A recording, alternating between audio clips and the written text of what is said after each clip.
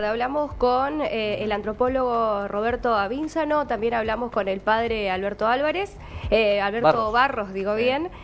También dialogamos con respecto a este tema, ¿no? Con, en este caso, gente de la Subsecretaría de Culto aquí en la provincia de Misiones, Manuel, que es el encargado de Relaciones Institucionales. Te decía, ¿no? La primera encuesta sobre creencias y actitudes religiosas en Argentina fue en el año 2008. Desde el año 1960 hasta el año 2008 no habían datos respecto a cómo creemos los argentinos, en qué creemos y cuáles son nuestros sentidos de religiosidad. Bueno, lo cierto es que en el país, según esa encuesta del año 2008, coexisten armoniosamente más de 2.500 cultos oficialmente reconocidos, 2.500 en todo el país. 9 de cada 10 argentinos cree en Dios, en alguna u otra forma cree en Dios. Después dice esta encuesta realizada por CONICET, reiteramos, el 76% de los argentinos se define católico, el 9% se declara evangélico, mientras que el 11,3% dijo ser diferente a todos, ya sea ateos, agnósticos o no tener ninguna religión que profesar. El tema de asistencia al culto o a las misas, muy frecuente, dicen que el 23,8% de los que van a la Iglesia Católica, 23,8%. Evangélicos, 60,8%, fíjate la diferencia que hay, muy poco. 49,1% en el sector también católico y nunca en el sector católico 28,8%. Reiteramos, esta es una encuesta del año 2008. El tema del Estado que ayuda a las iglesias, ¿cómo piensan los argentinos? 59,9% rechaza que financie solo a la católica. Después, lo que piensan argentinos, 19% está algo de acuerdo con respecto al financiamiento de parte del Estado a las iglesias. Está muy de acuerdo el 15,4% y el 75% opina que el Estado debe colaborar con el trabajo social de las iglesias, de todas las iglesias, y el 53,6% de los encuestados dice que el Estado tiene que ayudar en el mantenimiento de los templos, también de diferentes iglesias de la República Argentina. Hay que recordar, sí, que el Estado nacional, los estados provinciales, de alguna u otra forma ayudan a las demás denominaciones, a los demás cultos, además del culto católico. Misiones, ¿qué pasa con nuestra provincia? Es la cuarta provincia del país con mayor cantidad de cultos registrados. Hay que tener en cuenta también la superficie de la provincia de Misiones, que comparando, por ejemplo, con Córdoba, con Buenos Aires, es muy chica en superficie. Sin embargo, hay muchísimos cultos. La cantidad de cultos registrados aproximadamente ahora, año 2013, 1.500 cultos registrados aproximadamente, de los cuales son pocos los que tienen sus sedes centrales aquí en la provincia. Hay muchas filiales, pero por eso se encuentran en total 1.500 entre adventistas, bautistas, budistas, Ejército de Salvación, hay una denominación que se llama así, luteranas, pentecostal, ortodoxas en varias denominaciones del rito ucraniano y de demás ritos. Esto es aquí en la provincia de Misiones. También hay otros datos que no están ahí en esas placas que preparamos y que tienen que ver con presencia de la religión musulmana aquí en la provincia de Misiones y en la República Argentina. Se habla en total de musulmanes unos entre 500 a 700.000 en este caso, claro, personas, ¿no?, argentinos que profesan esa religión. Judíos, se habla entre 300 a 400.000 judíos también en la República Argentina. De hecho, hay muchos aquí en la provincia de Misiones, por ejemplo.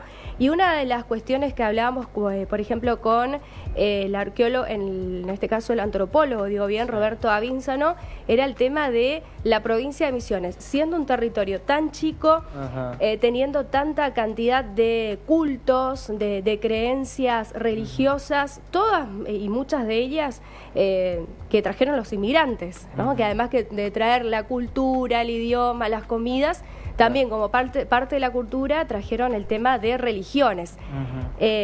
Sin embargo, no se registraron, por lo menos en todos estos años de, bueno, ya somos nietos, hijos, bisnietos de inmigrantes, no se registró en ningún momento lo que tiene que ver con, por ahí, enfrentamientos, violencia religiosa, discriminación religiosa, no se registraron. También consultábamos con la gente del INADI si se realizó alguna denuncia, por lo menos en estos últimos años, respecto a discriminación religiosa, y nos decían que no, por lo menos aquí en la provincia de Misiones no se registró ninguna denuncia respecto a ese tema. Eso llama muchísimo la atención y por eso nos hicimos este informe. Vamos con el informe. En la Subsecretaría de Culto, dentro de las principales actividades que realizamos o los principales objetivos que buscamos es organizar el tema del registro de los cultos. Se firmó para ello un convenio con Culto de la Nación en el año 2007 y a partir de ahí todos los trámites que se hacen para la registración de los cultos se realizan acá en las oficinas que están citadas en Casa de Gobierno. Además del tema de los registros, se intenta fomentar desde la subsecretaría todo lo que tiene que ver, digamos, con la libertad de los cultos, la libertad religiosa. Para ello se llevan a cabo encuentros con distintos pastores, curas y demás representantes de los cultos, y como así también la realización de eventos, intentando, bueno, como decía, lograr ese objetivo, ¿no? La buena relación entre los distintos cultos, y como así también el sí a la vida y bueno, muchos otros objetivos que a partir de los eventos se intenta lograr en el transcurso, digamos, de las distintas actividades.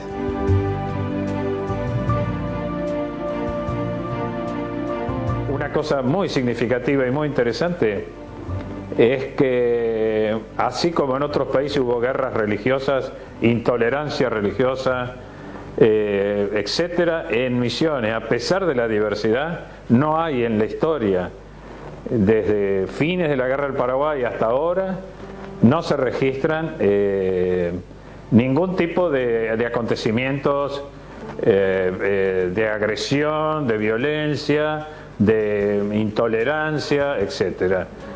Yo diría que es bastante sorprendente la coexistencia armónica y pacífica de los protestantes luteranos, las iglesias escandinavas, la iglesia católica, los ortodoxos de diversas ramas, los evangelistas, los testigos de Jehová, los creenches, como dicen los brasileros, que avanzan a gran velocidad, digamos, ¿no?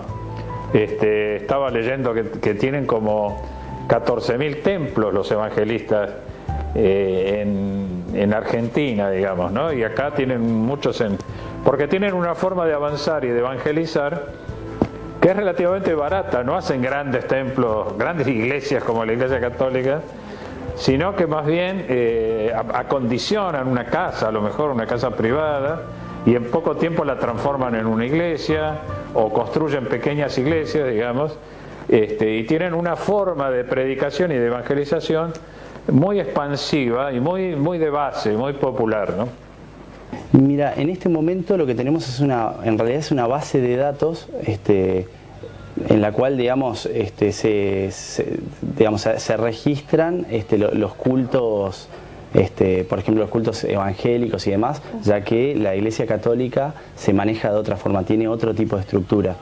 Estamos organizando como un proyecto para armar una base de datos con todos los distintos cultos, la cantidad de fieles. Lo que sí te puedo decir que a nivel país, dentro de lo que es culto católico, digamos, el culto católico representa más del 85% de la totalidad de los fieles, digamos. Es el culto que predomina, digamos. Pero en sí todavía no se formó. Tenemos sí mucha información de los cultos, pero no una base de datos digamos, completa de toda la provincia, que es uno de los proyectos que estamos intentando impulsar ahora en el corto plazo.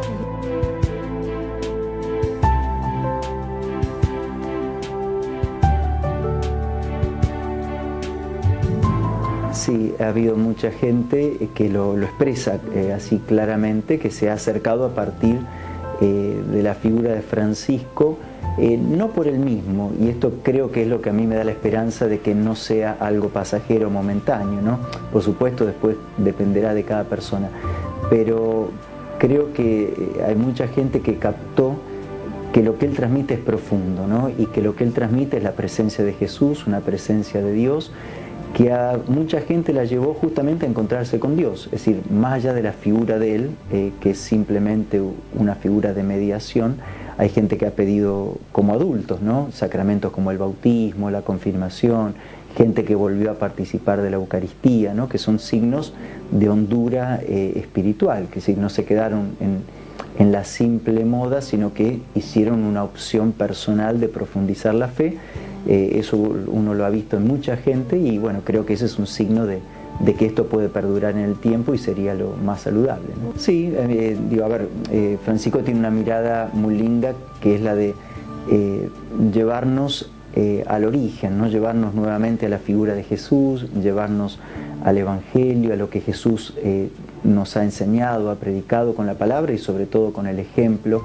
Lo de Francisco es como un volver a la fuente, un volver al origen. Y en ese volver al origen está clarísimo que el tema central de la vida cristiana es justamente el amor al prójimo, el servicio al otro, muy preferencialmente puesto ese amor en los más sufrientes, ¿no? Y eso creo que es lo que va captando mucha gente y los jóvenes de un modo particular se sienten, entiendo yo, atraídos por un ideal que le da sentido también a sus vidas, ¿no? La verdad que desde que se le elige a Francisco como Papa, todo el trabajo de la subsecretaría pasa a otro plano. La verdad que muchísima gente se empezó a involucrar muchísimo más, se empezó a acercar, empezaron a hacer preguntas. Por eso nosotros lo que intentamos hacer es en el Facebook de la subsecretaría, que es www.facebook.com/cultomisiones. Ahí pueden encontrar toda la información, digamos, sobre el Papa Francisco. Nosotros mandamos una salutación en esa oportunidad, tuvimos respuesta del Vaticano y hace poco impulsamos un proyecto que es para el nombrar el Paseo Papa Francisco acá en frente de la catedral, que es en la calle San Martín, entre Félix de Azara y Colón. Así que bueno, ahora está en el Consejo Deliberante y se está moviendo un poquito eso. La verdad que nosotros nos sentimos muy orgullosos por la designación del Papa, de un Papa, el primer Papa latinoamericano y argentino. Así que estamos también tenemos otros proyectos, digamos, para mantener un contacto con el Vaticano y demás, pero eso todavía está en trámites, digamos, así que... Cada vez que son designados, digamos, suponen una renovación, suponen una expectativa. Yo supongo que este Papa actual fue elegido de común acuerdo por todos los cardenales que lo votaron, no solo, digamos, porque él puede tener algunas ideas renovadoras, etcétera, sino porque en ese cónclave se debe haber tomado la decisión de cambiar el rumbo de la Iglesia respecto a algunas insuficiencias, algunas ausencias, algunas carencias en su estrategia evangelizadora en el mundo, y entonces se eligió a la persona que se consideró que era adecuada para realizar ese proyecto. Entonces hay un proyecto detrás de un Papa determinado. La sensación que yo tengo es que es un Papa que ha conseguido suscitar mucho interés, como una especie de renovación y de reactivación de interés, y creo que queda demostrado en esta visita a Brasil, ¿no? Los beneficios por estar registrados, hay muchos beneficios.